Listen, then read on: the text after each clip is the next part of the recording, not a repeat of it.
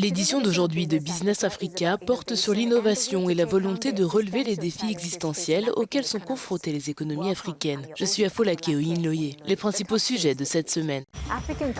Les pays africains et le Sud en général ont toujours eu des réserves quant à leur charge et à leur degré d'adaptation au changement climatique. La COP27 organisée sur le continent africain a-t-elle répondu à certaines de ces préoccupations? Nous le découvrirons prochainement. Le Gabon s'est fixé l'objectif ambitieux mais difficile à atteindre de préférer la valeur ajoutée à l'exportation de matières premières. Quels sont les défis qui se dressent sur son chemin et comment le gouvernement est-il prêt à répondre aux préoccupations des principales parties prenantes de ce secteur lucratif? Des étudiants de l'Université du Ghana figurent parmi les lauréats d'une bourse de 100 000 $ destinée à développer des prototypes qui répondent à des défis mondiaux tels que le changement climatique, l'inclusion et la sécurité alimentaire. Il est clair que l'un des principaux traits distinctifs du sommet sur le climat organisé par l'Égypte est que la voix des marchés émergents a été mise en avant. Cela se reflète dans les questions discutées, par exemple les pertes et dommages, figurant à l'ordre du jour officiel de la COP pour la toute première fois. Jetez un coup d'œil à ce résumé.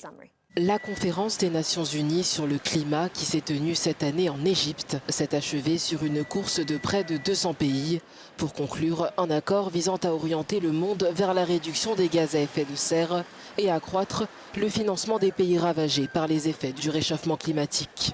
Selon une déclaration des organisateurs, on estime que le monde aura besoin de 4 000 à 7 000 milliards de dollars par an pour s'orienter vers le développement durable et atteindre les objectifs fixés. En marge de la conférence, certains observateurs ont prévenu que l'absence d'un consensus sur le financement des pertes et dommages pourrait faire échouer la mise en œuvre d'autres accords. La question s'est hissée au sommet des priorités politiques lors de la COP27, après que plus de 130 pays en développement ont demandé avec succès qu'elle soit ajoutée à l'ordre du jour pour la première fois. L'Allemagne, l'Autriche, les États-Unis et d'autres pays ont annoncé l'octroi de quelques centaines de millions de dollars aux pays à faible revenu, loin des centaines de milliards dont ils ont besoin pour faire face à l'aggravation des sécheresses, des inondations et de la montée des eaux chaque année. Lors de la conférence de Glasgow l'année dernière, tous les pays ont convenu de fixer des objectifs climatiques plus stricts cette année afin de limiter la hausse de la température mondiale moyenne à 1,5 degré, limite qui selon les scientifiques permettrait d'atténuer les effets du réchauffement climatique. Leslie Ndolovu, CEO d'African Risk Capacity Limited, nous rejoint pour en savoir plus sur ce sujet. Bienvenue dans l'émission. Les lacunes en matière d'adaptation, en particulier dans les pays en développement, sont souvent dues aux disparités croissantes entre les coûts d'adaptation et les financements disponibles pour celles-ci. Quelles solutions pouvons-nous tirer du sommet ? Ma solution est que nous n'avons pas besoin de détourner les fonds de l'atténuation vers l'adaptation, mais plus précisément, les fonds disponibles dans l'ensemble de l'écosystème doivent être considérablement augmentés. Nous pensons que les banques multilatérales de développement, telles que la Banque africaine de développement et la Banque mondiale, ont un rôle beaucoup plus important à jouer. Mais le secteur privé a également un rôle important à jouer. Nous avons commencé à voir un certain flux d'investissement dans des projets d'adaptation via des obligations vertes pour les titres liés au climat. Mais cela doit vraiment être fait à une échelle beaucoup plus grande. Et je suis ravi de dire que les conversations de la COP commencent maintenant à aborder certaines de ces questions qui traînent depuis un certain temps.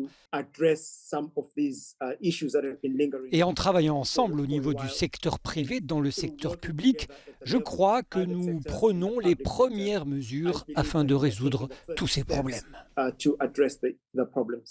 Il existe des questions, des suggestions et des solutions inconfortables qui tournent autour des effets du changement climatique et du fardeau supporté par le Sud par rapport au Nord. Vous avez été à l'avant-garde de l'adaptation au changement climatique. Quelles sont vos conclusions à ce sujet ? La question qui se pose à nous est de savoir comment nous allons faire passer nos programmes d'assurance de 50 millions de personnes par an, comme c'est le cas actuellement, à 700 millions de personnes comme cela est nécessaire. Ce bouclier mondial comprendra une composante de financement de primes d'assurance. Cela rendra l'assurance plus abordable, plus accessible et plus disponible pour les communautés vulnérables en Afrique. Je considère donc qu'il s'agit de la première mesure concrète prise pour résoudre le problème des pertes et dommages. Il y a également une composante historique à cela. Cet impact du changement climatique est le résultat d'actions polluantes qui ont été prises par les pays industrialisés par le passé. Il y a donc également une discussion sur la justice climatique qui doit être menée sur la façon dont ce problème sera abordé. Mais c'est une question qui est plus politique qu'économique.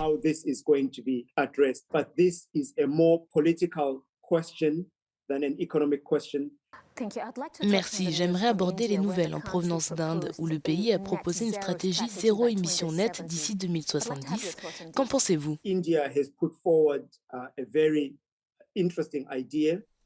L'Inde a proposé une idée très intéressante qui fonctionne dans son propre contexte spécifique et je ne la considère en aucun cas comme une diminution. Je pense que cela va être un très bon résultat, mais c'est une façon d'apporter des solutions supplémentaires qui sont adaptées au contexte des pays en développement. Parce que si vous regardez l'Afrique de manière spécifique, il y a un déficit énergétique qui existe sur le continent africain. Les énergies renouvelables peuvent certainement jouer un rôle important, et ce afin de combler ce déficit énergétique. Mais nous ne pouvons pas passer d'un type de combustible à un autre du jour au lendemain. Il doit y avoir une période de transition et c'est à chaque pays de déterminer sa propre stratégie pour cette transition énergétique et le temps qu'elle prendra. Mr. Ndlovu, it's been delightful to have you on the conversation. All right, thank you so much and have a wonderful day. Libreville a accueilli sa première édition des Journées industrielles pour mettre le Gabon sur la voie du développement industriel durable et inclusif. Selon le gouvernement, cet événement vise à présenter le niveau d'avancement du paysage industriel et les opportunités d'investissement du pays afin d'améliorer la compétitivité du secteur. Le Gabon s'est engagé dans un vaste plan d'accélération et de transformation de son économie. Le gouvernement a pour ambition d'ancrer le pays sur la voie du développement industriel durable et inclusif. 3 jours durant, autour des Journées nationales de l'industriel, les acteurs de cet écosystème ont discuté et proposé des solutions pérennes aux obstacles liés à la compétitivité du secteur. Je retiendrai, entre autres recommandations, à mettre en place des mécanismes de promotion de l'industrie locale à grande échelle et la mise en œuvre et le renforcement d'un environnement des affaires qui soit amélioré et sécurisé. Entre autres écueils, dans la mise en œuvre du pacte, la parafiscalité. Excédé par les contrôles abusifs et la parafiscalité dont ils disent être la proie, ce membre de la coalition des syndicats des commerçants du Gabon demande à l'État de rationaliser les contrôles administratifs pour éviter les doublons et les contrôles intempestifs en dehors des protocoles réglementaires de contrôle. Le service d'hygiène, c'est quelque chose, souvent quand ils vendent, l'argent qu'ils prennent, même le montant qu'ils prennent, ils ne donnent pas assez reçu. Ça veut dire que même ce n'est pas quelque chose qui existe. Pour réduire un double paiement de la TVA qui est une concurrence déloyale sur les produits importés par rapport à ceux qui sont produits sur place, le contexte transitoire d'après la Covid-19 et la crise russo-ukrainienne s'offre à Libreville comme une fenêtre d'opportunité pour le gouvernement du Gabon. Cela impose de composer avec ses propres ressources.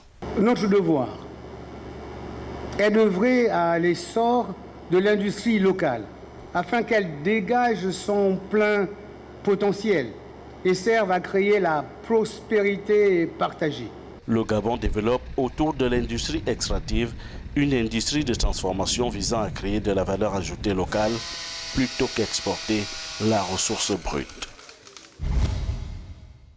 This year's edition of Prototype. L'édition de cette année de Prototypes for Humanity a présenté des innovations intéressantes répondant à des défis mondiaux comme la durabilité environnementale, tout en traitant de questions profondément personnelles et intimes comme les tests de grossesse pour les malvoyants. Dans ce sujet, nous partageons les points forts de cet événement spectaculaire qui a présenté 100 solutions d'avenir au Dubai International Financial Center.